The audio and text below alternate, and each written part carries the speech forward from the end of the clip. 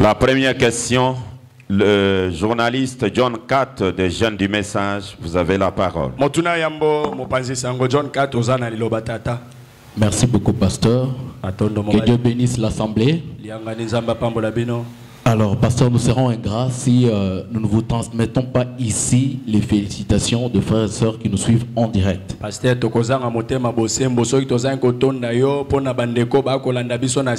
Plusieurs personnes vous ont découvert sous une autre casquette. Et si vous lisez les commentaires du live, vous allez voir que plusieurs vous félicitent et surtout vous bénissent. Vous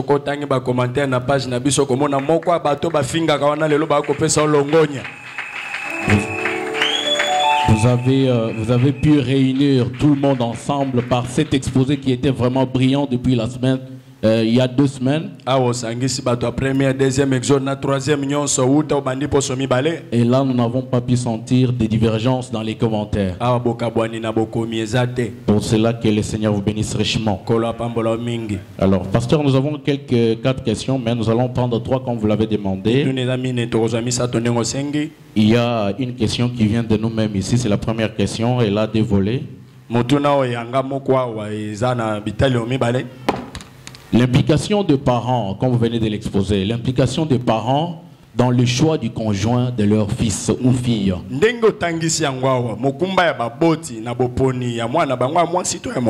Est-ce une obligation ou un choix que celui qui va se marier peut faire? Ça, c'est le premier point. Et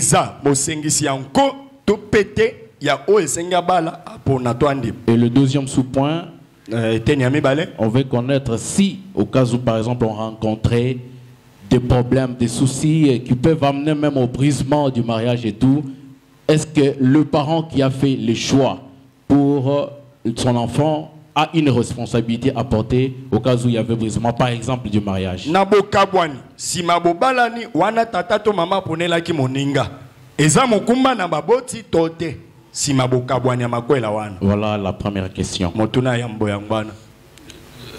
cas, je n'ai pas bien saisi la question. Vous avez dit, est-ce que c'est une obligation? Voilà, c'est ça la question. Ou bien c'est un choix que je peux par exemple prendre aujourd'hui. Je me dis, non, papa, ce que vous me proposez, ce n'est pas correct. Je n'aime pas cette fille. Je veux me marier à une telle fille. Voilà.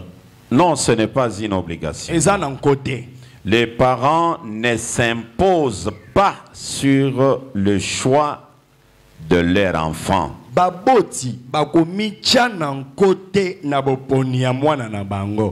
Mais les parents, un fils ou une fille bien éduqué,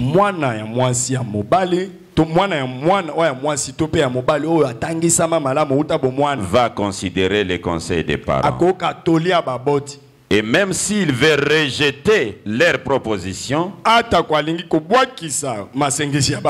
c'est avec respect et avec des termes de courtoisie.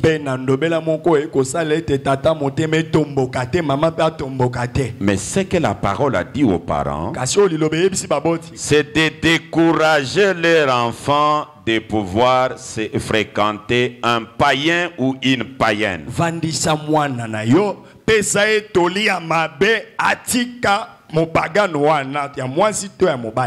Voilà. Ce n'est pas une obligation. Voilà. Et le deuxième point qui était de la responsabilité des parents? Oui.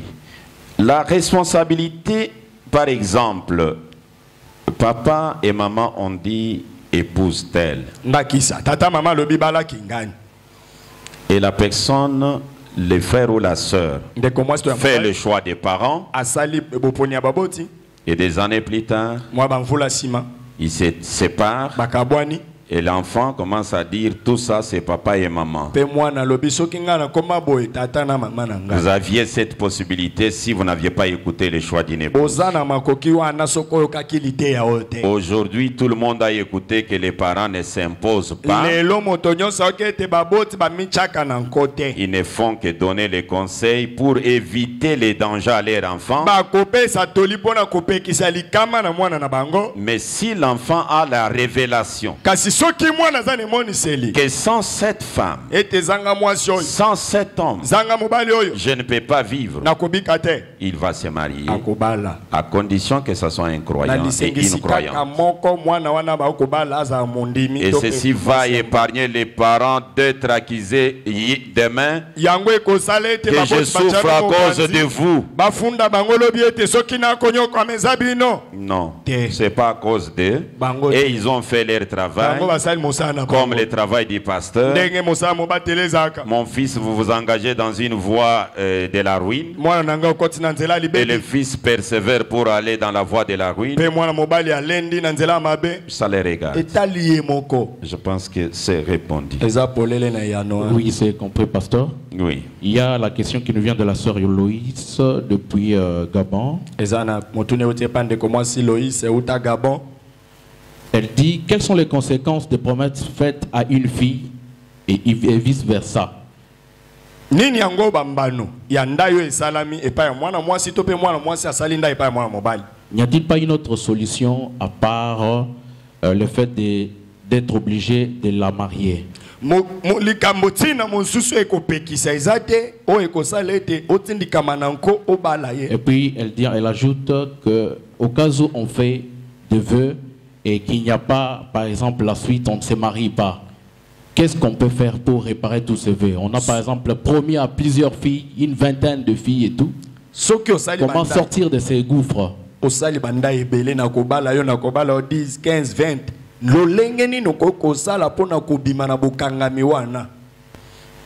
Voilà. Je donne une première possibilité de se libérer.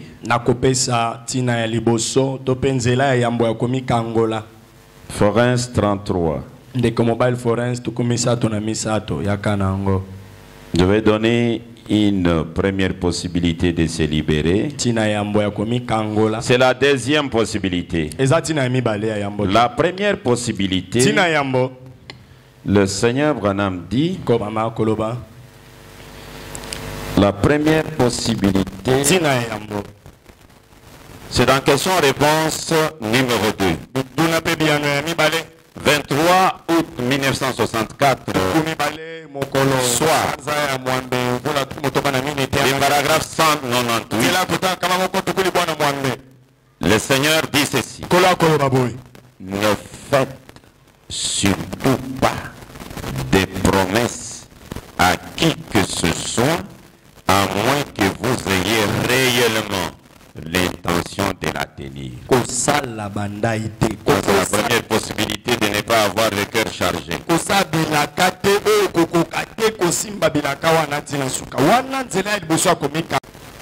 Un garçon apparaît dans votre vie et tu es pressé de faire trop de promesses. Ne faites pas ça. C'est la fille que tu as vue. Directement la promesse. Et alors, jeune fille, jeune homme, n'allez pas vite avec des promesses. Parlez en vous étudiant sans faire des promesses.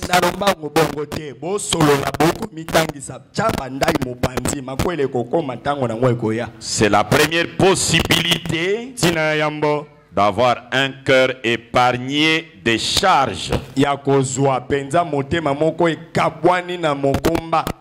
deuxième possibilité, vous qui avez déjà fait cela, les noces de l'agneau, 21 janvier 62. Le paragraphe 43. Si une femme n'est pas liée en toute franchise à un homme,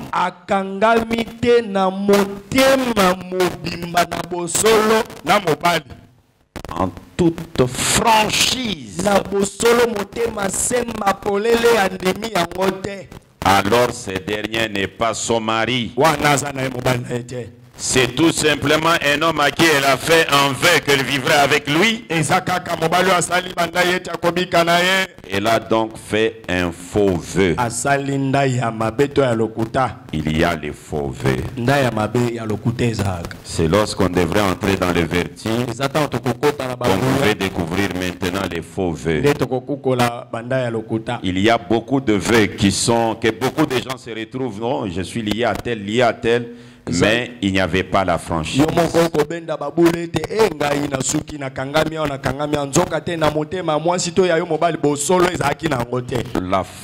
peut se retirer s'il n'y a pas la franchise. Et Branham dit, même s'il n'était pas seulement dans la cour et qu'ils sont même déjà dans les mariages, 10 ans après, si la franchise n'était pas là, le vœu là était un faux vœu. Donc cet homme-là est considéré marié, mais il ne s'est jamais marié. Et les gens peuvent dire il est divorcé lorsqu'il va se séparer de cette femme. Mais ceux qui connaissent la parole de Dieu diront il ne s'est jamais marié. Donc la chose qui peut sauver l'homme qui a fait de vœux, c'est d'être tombé sur une menteuse. Cela, Branham dit, n'épousez pas une femme menteuse.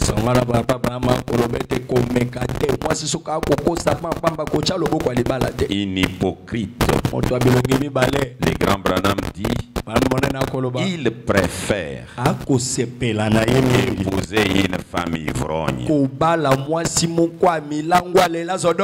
Donc quand ils dorment, la femme est ivre. Au lieu d'épouser une femme qui ne goûte même pas, mais quand elle ouvre la bouche, c'est du mensonge. La femme qui ment, c'est... Ok. Merci beaucoup, pasteur. Merci de nous avoir aussi fait découvrir qu'aujourd'hui, même du haut de la chair, il y a plusieurs serviteurs de Dieu comme vous qui vivent dans la polygamie, parce qu'après avoir fait beaucoup de vœux, je sais que c'est ta question de tous les jours. Tu veux connaître la position des pasteurs sur la polygamie. Qu'est-ce que vous allez conseiller à vos collègues serviteurs de Dieu qui aujourd'hui, même s'ils vivaient dans la monogamie, mais ils ont fait plusieurs vœux, mais jusqu'à ce jour, ils n'ont jamais réparé ces différents problèmes. Parce que frère Branham dit ici dans le choix d'une épouse, paragraphe 35, que le vœu lie les conjoints jusqu'à la mort. Et par conséquent, c'est un chemin de non-retour. Quel conseil vous donnez à ces pasteurs de polygame du haut de la chair? C'est là où je l'ai déclaré ici que ça brise le cœur. Le Seigneur Branham a regardé ses propres amis, des pasteurs, dans cette situation-là. Ça brisait le cœur. Il regarde son propre fils dans cette situation. Il dit ça me brise le cœur. Et finalement, il est monté à la montagne et il a trouvé la solution. Sûrement que nous donnerons à la fin de l'enseignement. Parce qu'il l'a donné aussi à la fin. Mais l'homme et la femme doivent d'abord comprendre là où il a brisé, là où il a mal agi, avant de lui donner les produits pour sa guérison.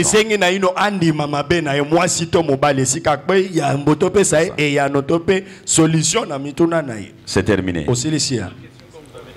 Oh, tu avais dit 4. Hein? Ça va, prochainement. Bon. Média Univers. Acclamons très fort pour recevoir. Merci.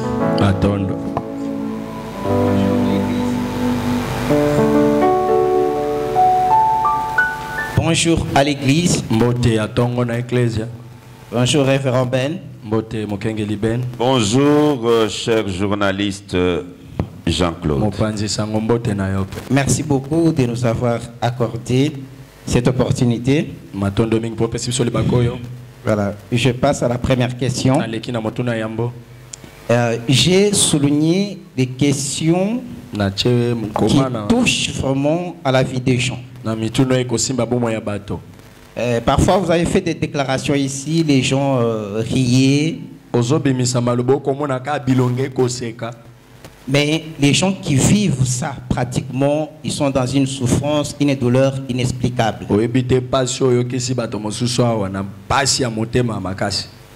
Cette question, c'est une femme qui me l'a dit et moi, je l'ai écrite. Elle ne connaît pas le français. Donc, elle parle en lingala, moi j'ai mis en français. Okay. J'ai aimé un garçon. Le fiançailles s'est passé et puis le mariage. Dans une année de mariage, j'apprends qu'il a la maladie de l'épilepsie. Alors que il ne m'avait jamais parlé de cela. Presque 11 mois après le mariage, le garçon est tombé dans l'impuissance, juste presque à 3 ans. Je lui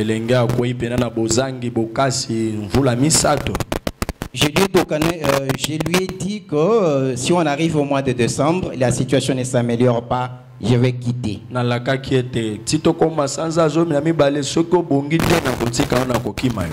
Est-ce que Pasteur Ben a une citation, une écriture qui peut m'interdire d'exécuter ma décision?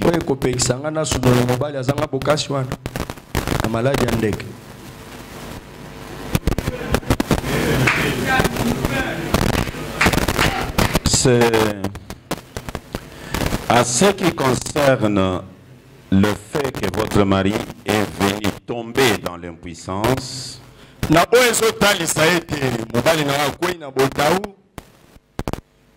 n'y a pas une écriture qui vous autorise de vous séparer après vous être marié à un homme qui était un homme mais qui est venu tomber malade.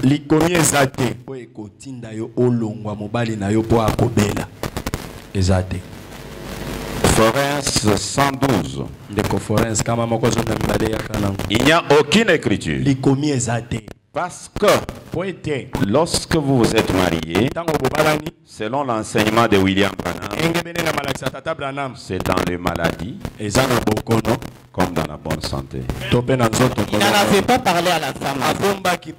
Je parle de la maladie de l'impuissance qui est venue sur l'homme une année après. Cette question, elle est double. J'ai pris la dernière partie et puis je vais répondre à la première partie. Donc la dernière partie disait qu'une année après, dans une année, l'homme était l'homme. Et puis il est tombé malade. Comme il est tombé malade, écoutez ce que le Seigneur parle ici dans la cérémonie du mariage. Il dit, même dans la stature de l'homme parfait, il dit, il y a même des déceptions qui vont arriver au cours de la vie. Ça ne peut pas vous séparer. Vous devez toujours avancer. Regardez cette question que William Branham pose à ceux qui s'est marié. Cérémonie du mariage du 20 février 1965. Le paragraphe 6. Voulez-vous avoir cette femme comme votre femme de mariage légitime pour vivre ensemble dans ce saint état de mariage? Promettez-vous de l'aimer, de l'honorer, de le chérir, dans les maladies comme dans la santé, dans la richesse comme dans la pauvreté, et d'abandonner toutes les autres pour vous attacher uniquement à elle aussi longtemps que vous vivrez.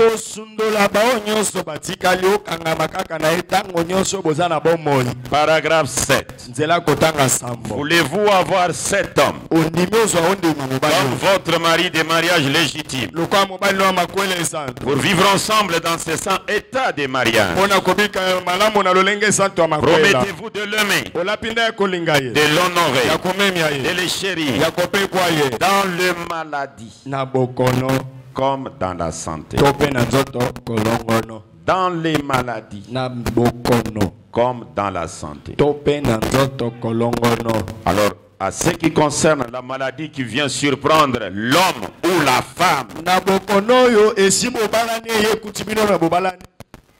au pasteur, je fais soigner ma femme des années et ne se rétablit pas. Cette femme, je vois qu'elle est sorcière, elle doit partir.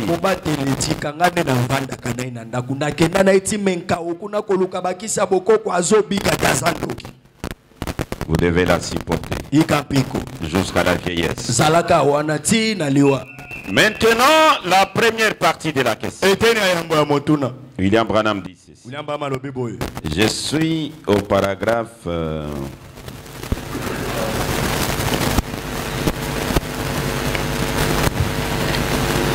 193.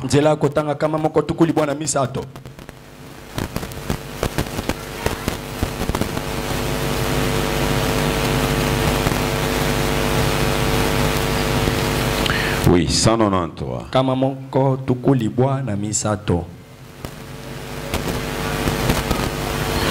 Je vais lire. Question-réponse numéro 2. 193. Certainement qu'ils sont mariés. Dès qu'ils se promettent l'un à l'autre, ils sont mariés. Si par exemple, un garçon de bonne foi promet à une jeune fille de l'épouser, un garçon de bonne foi,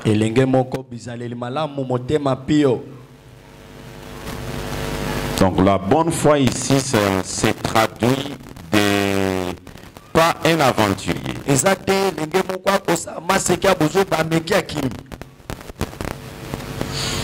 Bien que je n'ai pas encore parlé des vertiges, j'y reviendrai, mais je vais d'abord parler des choses peut-être que je viendrai confirmer après.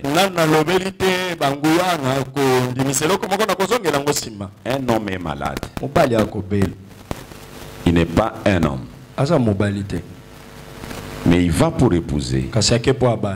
Mais il ne dit pas à la femme que quand bien même je t'épouse, je suis dans tel état. Vous ne pouvez pas appeler cet homme un homme de bonne foi. Non, je ne parle pas de malade endéqué, j'ai parlé d'abord de malade d'homme.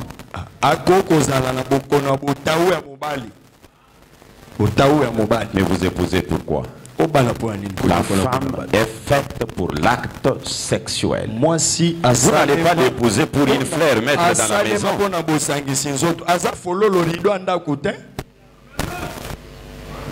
Ce garçon, c'est un aventurier. Si il a cette maladie, avant de s'engager dans les mariages, malheureusement, ce n'était pas le cas, c'est après une année. Mais avec la maladie de l'épilepsie, ce garçon devrait dire la vérité. Je vais dire la vérité à ça. Comme il n'a pas dit la vérité, si la sœur est dans la ville de Kinshasa, vous pouvez leur dire de me voir avec son mari. C'est comme une question que j'ai reçue. Le frère qui m'a posé la question, pardonnez-moi. Il a demandé que je puisse la répondre, comme ça il va suivre. Il n'est pas dans la ville de Kinshasa. Il m'a parlé en pleurant. Il dit ceci. Il a fait la cour avec la fille. Ils ont fait le vœu. Il a versé la dot. La totalité de la dot, il a versé 5 000 $. Maintenant, après avoir versé la dot, ils sont en route avec la fille. C'est la fille qui commence à les taquiner. La femme vient les visiter. Moindre pépin, elle enlève la blouse et elle reste avec les cinglés. L'homme dit, ah, c'est moi qui devrais. Mais c'est elle qui commence. Parce que William Branham lui dit c'est l'homme qui commence. Et la femme dit oui ou non. Voilà. L'homme a trouvé ça suspect. Elle a dit non. Comme ça, je vais d'abord la poser la question. Est-ce que tu es vierge? Dis-moi, tu vois que j'ai déjà donné la dot, c'est un chemin de non-retour. Dis-moi seulement la vérité.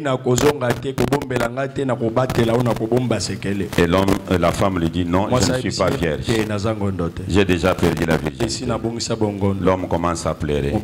Il dit toute ma vie, j'ai juré que je vais épouser une fille vierge. Maintenant, tout ce que j'avais comme argent, c'est ce que j'ai donné chez vous. Pasteur, qu'est-ce que je peux faire? En réalité, si je l'épouse, je ne sais pas. Mais je me demande si je l'abandonne 5 000, j'aurai ça où? Pasteur, 5 000 Chers frères, brièvement, jusqu'à maintenant, vous n'êtes pas encore marié. Mais si vous la dites, je te pardonne. Avançons. Vous êtes marié. Vous ne rentrerez plus en arrière. Même si vous venez nous dire, elle était déviergée, nous on dira, vous avez déjà pardonné avant.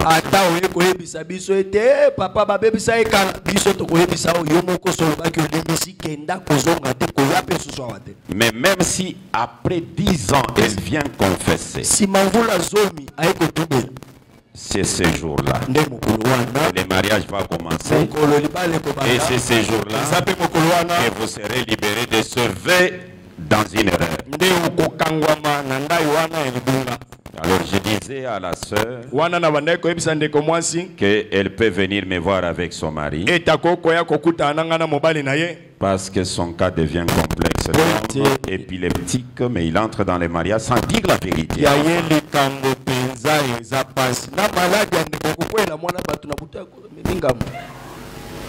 Il faut dire la vérité. Le mariage, c'est une question de sincérité. C'est une question d'amour. Même si vous êtes sorcier, il y a des hommes sorciers.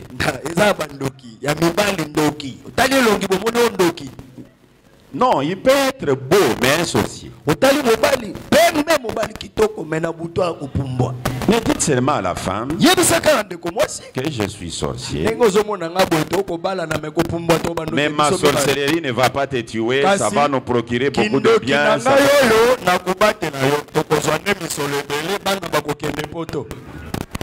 Et tu peux trouver une femme qui dit ok, d'accord avec ta sorcellerie, moi je t'aime. C'est une question de la sincérité. Quand vous réclamez la sincérité du côté de la femme, oui, c'est la parole qu'il a dit. Mais vous plein de secrets. Ok. Merci beaucoup.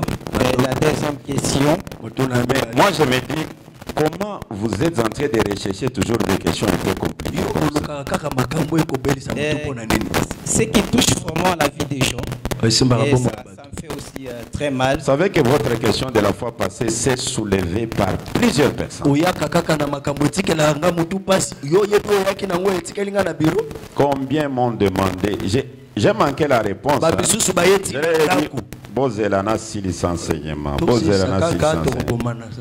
Il y en a même deux qui me disaient, pasteur, dis seulement aujourd'hui, non, on s'arrête.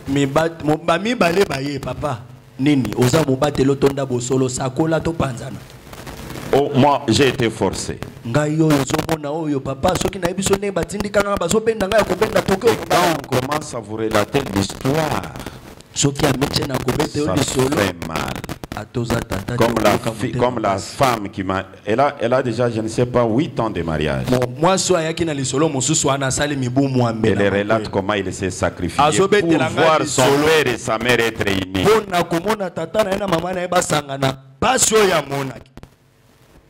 Mais elle me dit, l'homme quand il vient à la maison, je deviens colérique, donc je sens seulement la colère directement. Papa, il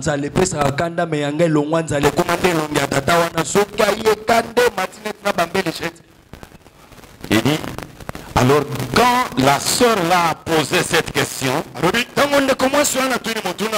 là où j'étais, je disais, seule là est là l'histoire de ma vie. Alors vous comprenez que c'est des fois des hommes de Dieu qui ne veulent pas beaucoup de problèmes, ils prêchent d'autres choses que ça. Posez l'autre question. Le frère et la soeur qui ont passé leur vœu, ils s'aimaient beaucoup plus. Ils ont fait le vœu sincère. Pour prouver encore qu'ils s'aiment beaucoup plus, ils sont passés par l'acte du sang.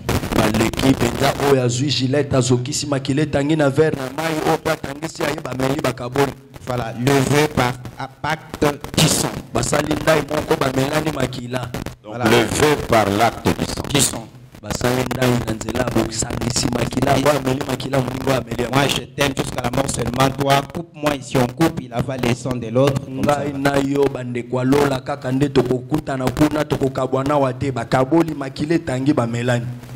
Et malheureusement, je dois déjà confirmer que quand je suis sorti, le propriétaire de la question a dit, a insisté vraiment. Quand je suis sorti, voilà, on était avec deux frères, dehors là. C'est pourquoi je vous ai demandé de nous même 5 seuls.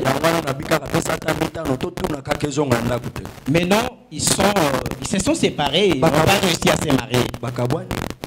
Maintenant, la fille a un autre frère. Comment doit-elle arranger?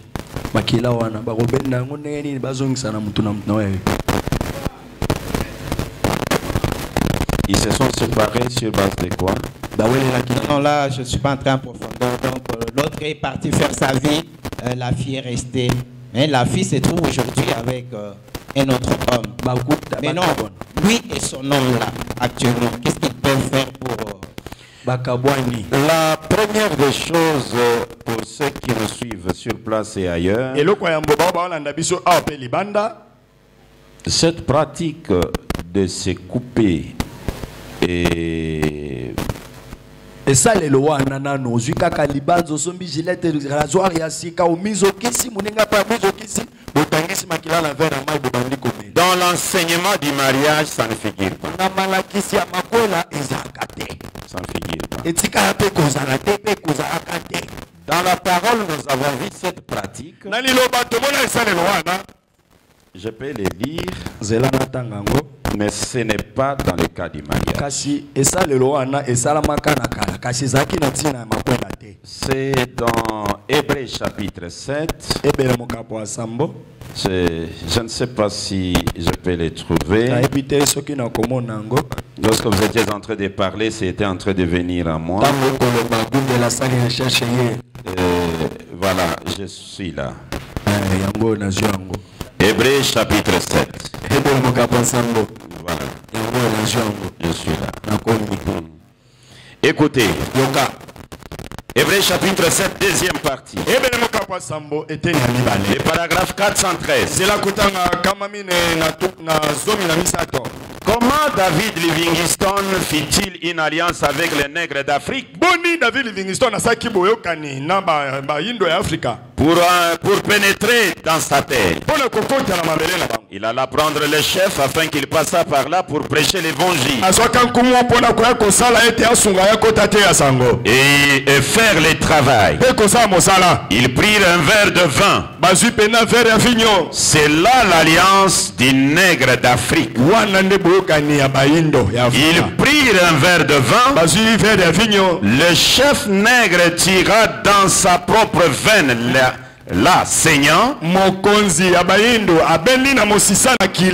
et mit de son sang dans ce verre de vin. Et David Livingstone tira dans sa propre veine la saignant et mit de son sang dans le verre de vin. Il les remit. Livingstone en bit la moitié et le chef nègre en bit l'autre moitié.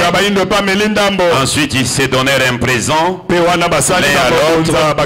David Livingstone dit qu'existe de moi. Et l'alliance continue. Maintenant, les gens ont enlevé cette alliance, entré avec ça dans le mariage. Comme c'était déjà arrivé avec Livingstone, et Branham en a parlé, s'il avait lié ça au mariage, on allait valider. Mais il n'a pas lié ça au mariage.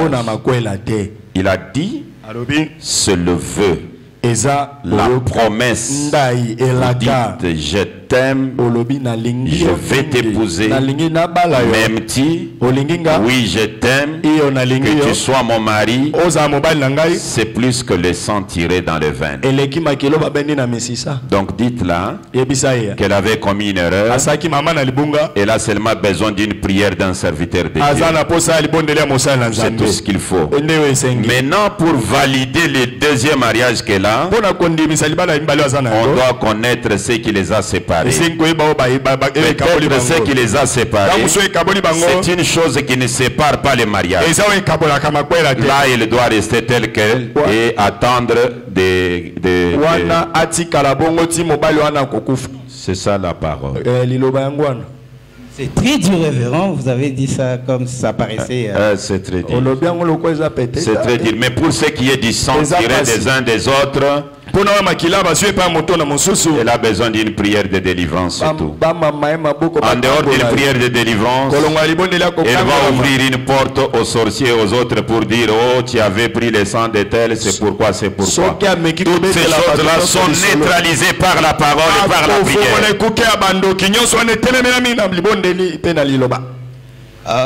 Cette question, c'est comme un goût de gueule qu'un jeune garçon par rapport à votre enseignement.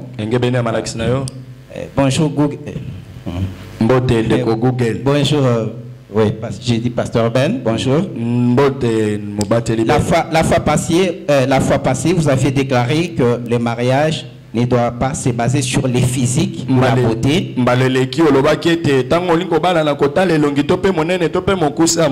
mais plutôt sur les caractères de la vie. Ne saviez-vous pas que le mariage est lié à la chair? Comment peut-on aimer une fille sans même avoir une partie de son corps qui t'attire?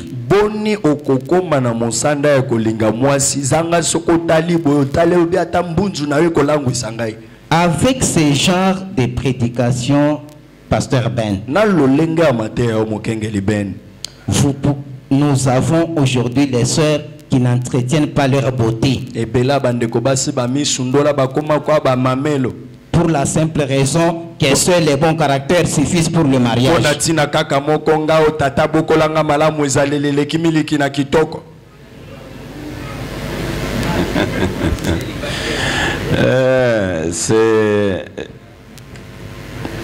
Le Seigneur Branham n'a pas encouragé la saleté chez la femme. ndeko mwasi yoka kolo Branham apesa mpi côté akubisa opete apesa longi mabete po apesa otolio sala mabe. La seconde venue, le paragraphe 80. Boye ya mibale nzela kotanga tuku mwambe. Le prophète Branham dit quand vous revenez du travail, vous trouvez une petite femme propre. Okuti elenge mwasi moko pe toazanga libakwa lisumu. S'il y a un enseignement qui a enlevé la saleté ou qui peut enlever la saleté, c'est l'enseignement de Branham. C'est Branham qui a donné vraiment la propreté, la beauté à la femme.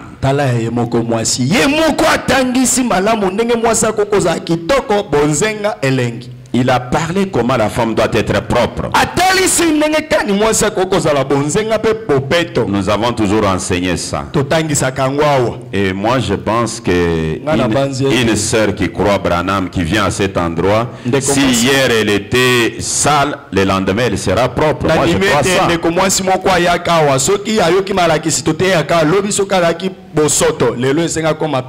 Voilà, c'est ça l'enseignement de Branham. Mais il y a ceci que vous ne devez pas ignorer. Le caractère pèse. Mais c'est vrai qu'il doit y avoir quelque chose qui t'a attiré. Maintenant, Branham dit la chose qui t'a attiré là ne doit pas devenir l'absolu.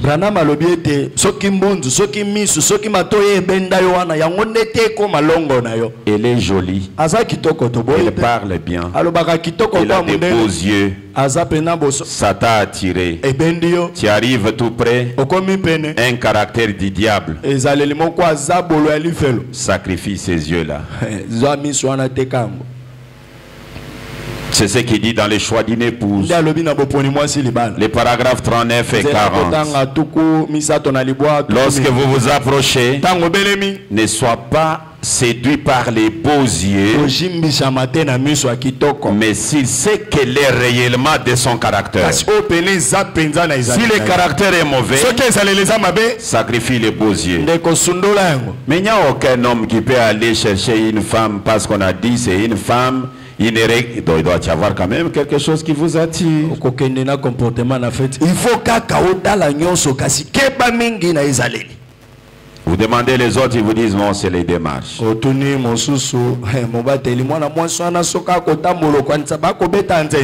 Et l'autre qui vous dit non, c'est seulement la voix. Quand il parle, même si je suis en colère, je me sens seulement apaisé. Mais elle peut avoir cette voix-là qui apaise ta colère. Mais si c'est un caractère diabolique, sacrifie la voix. Non, c'est les yeux. D'ailleurs, quand je suis en colère, je n'aime pas qu'elle me regarde. Quand il me regarde, ma colère termine. Oui, mais si elle n'a pas le caractère de la parole, sacrifie les yeux là. Sinon, ces yeux qui te séduisent aujourd'hui, mais tu diras que ce sont les yeux des sorciers.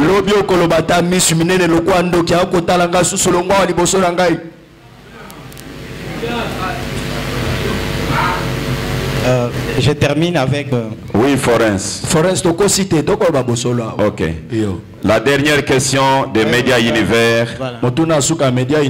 Oui, ça vient de prédicateurs. Et je ne peux pas citer, mais je peux vous donner son nom même dans les secrets. Le fait que vous prêchiez les choix d'une épouse sur l'internet. Ça touche plusieurs personnes d'autres églises. Saviez-vous ce que vous êtes en train de faire? Comme si vous... Voilà. Mais non, il pose la question, il dit, est-ce pour cette raison qu'il est Google qui permet de faire ça? Voilà. Il trouve que c'est un thème sensible, vous devriez prêcher ça dans les 4000 et non pas sur l'internet.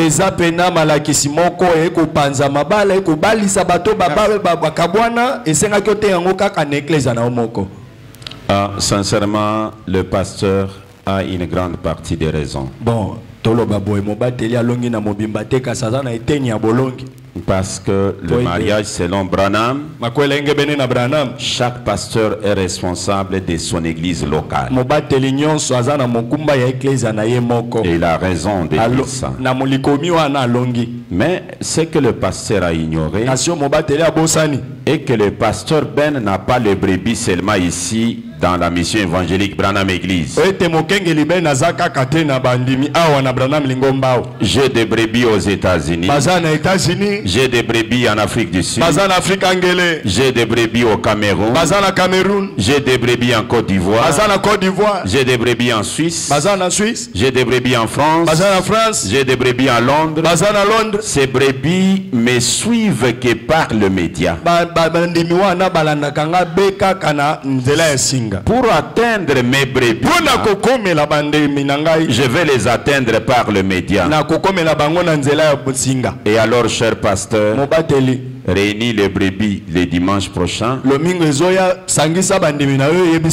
Dis-leur que lorsque pasteur Ben prêche le mariage et divorce ou le choix d'une épouse, ne suivez pas. Et vous en avez droit parce que ce sont vos brebis. Parce que moi je n'irai pas chez votre brebis pour lui dire mettez telle fréquence et suivez-moi. Mais s'il me suit, c'est que toi aussi fais l'effort pour lui donner ce qu'il manque.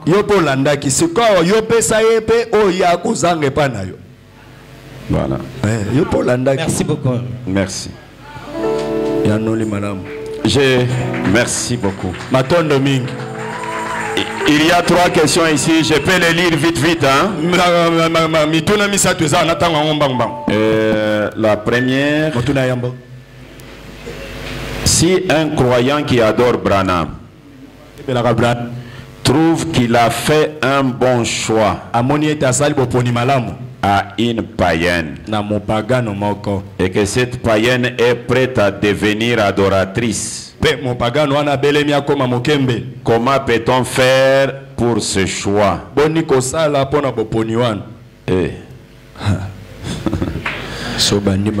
Là c'est la première, hein? Je lis la deuxième. Ou soit que je réponde d'abord la première.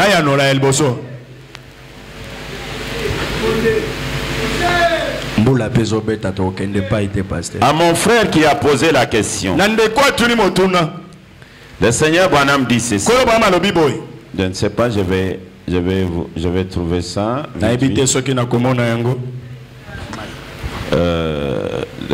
Le Seigneur Branham fait une déclaration.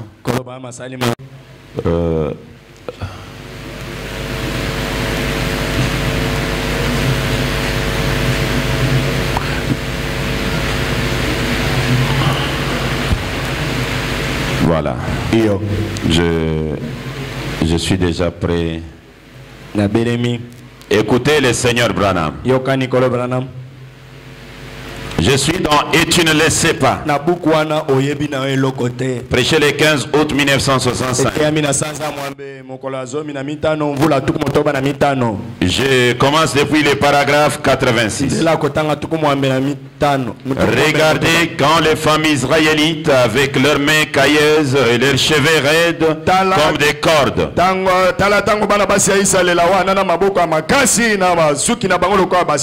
les fils de Dieu sont passés par le pays de Moab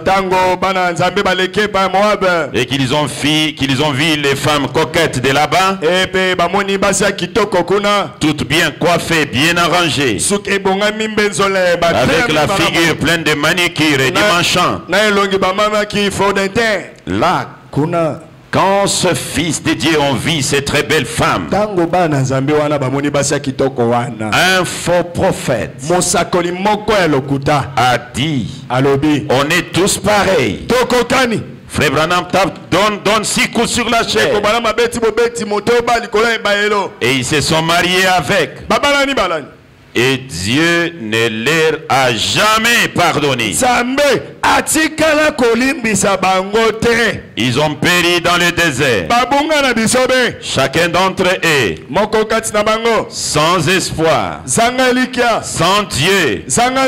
Ils sont éternellement perdus, damnés à jamais. Bien qu'ils aient vu la bonté de Dieu, bien qu'ils aient bu à la fontaine intarissable, ils avaient vu un rocher frappé, ils avaient vu le serpent d'airain accomplir de miracles, ils étaient sortis du baptême de Moïse dans la mer.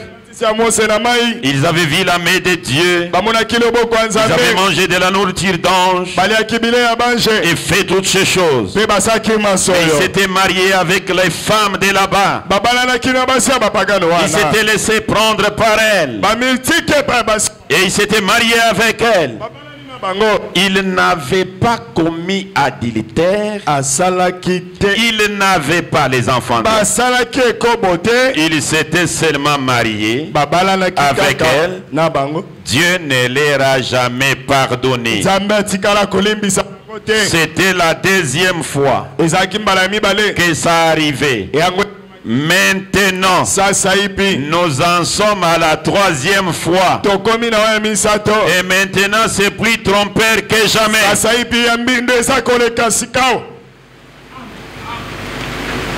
Dites Amen.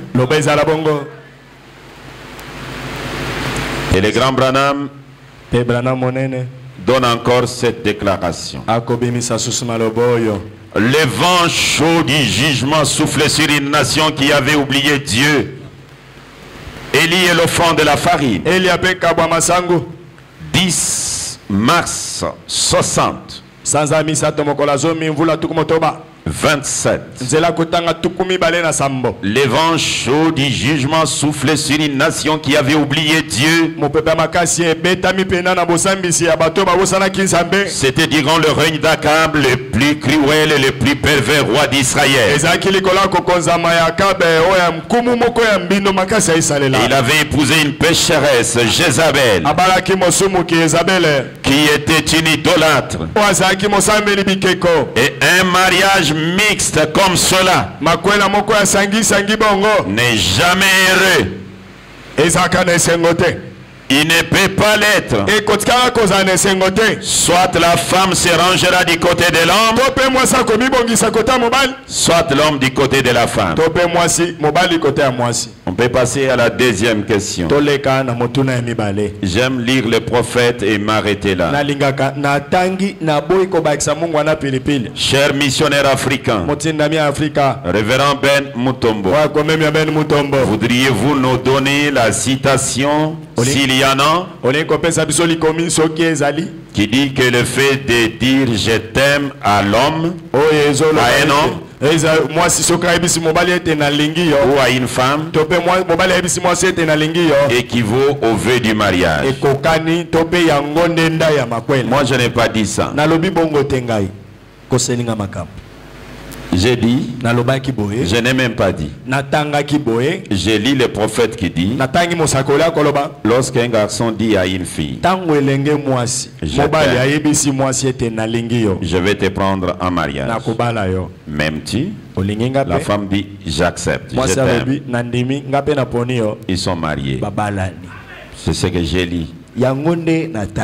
C'est ce que j'ai dit. Et Branham dit, ne faites jamais de promesses à qui que ce soit, à moins que vous ayez réellement l'intention de l'accomplir. Et vous qui aimez dire à la fille ou au garçon je t'aime, tu l'aimes dans quel sens? Yo oyo je t'aime comme le quoi nzembo je suis le quoi na munoko. Obimisaka yango na lolenge nini? Troisième question. Motuna misato. Si selon l'enseignement du Seigneur Branham, il n'est pas bien de faire lever à qui que ce soit,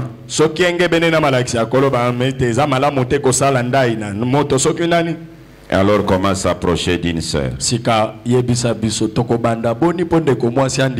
dans le but d'étudier ses habitudes.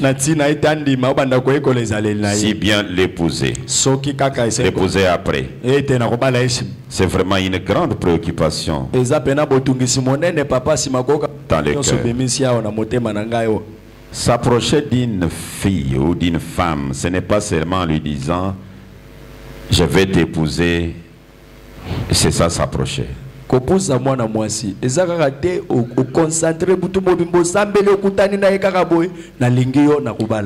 Branham s'était-il approché de Hop comment? Comment Branham s'est approché de Meda? Jeunes gens, si vous avez une bonne mémoire, je vous avais prêché comment Branham s'est approché de Hop. Il a vu Hop descendre de la voiture pour aller à la maison. William Branham la vie a commencé à la suivre. Branham dit à Hop, vraiment aujourd'hui le soleil c'est bon. Hein? Est-ce que là il lui a dit que je vais t'épouser? Et Hop répond, pour répondre que le soleil est bon.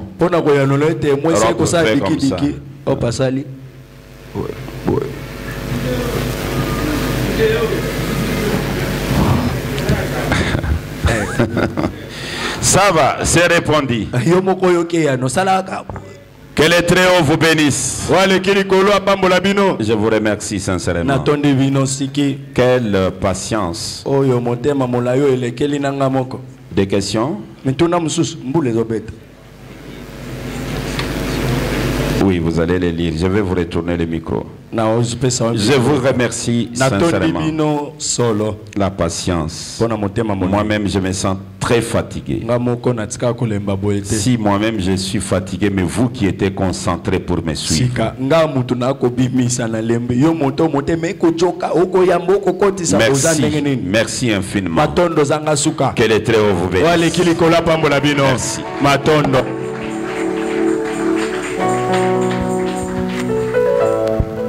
Acclamons encore très fort pour la gloire du Seigneur William Marion Branham. Nous remercions l'apôtre et que le Seigneur William Marion Branham le bénisse richement.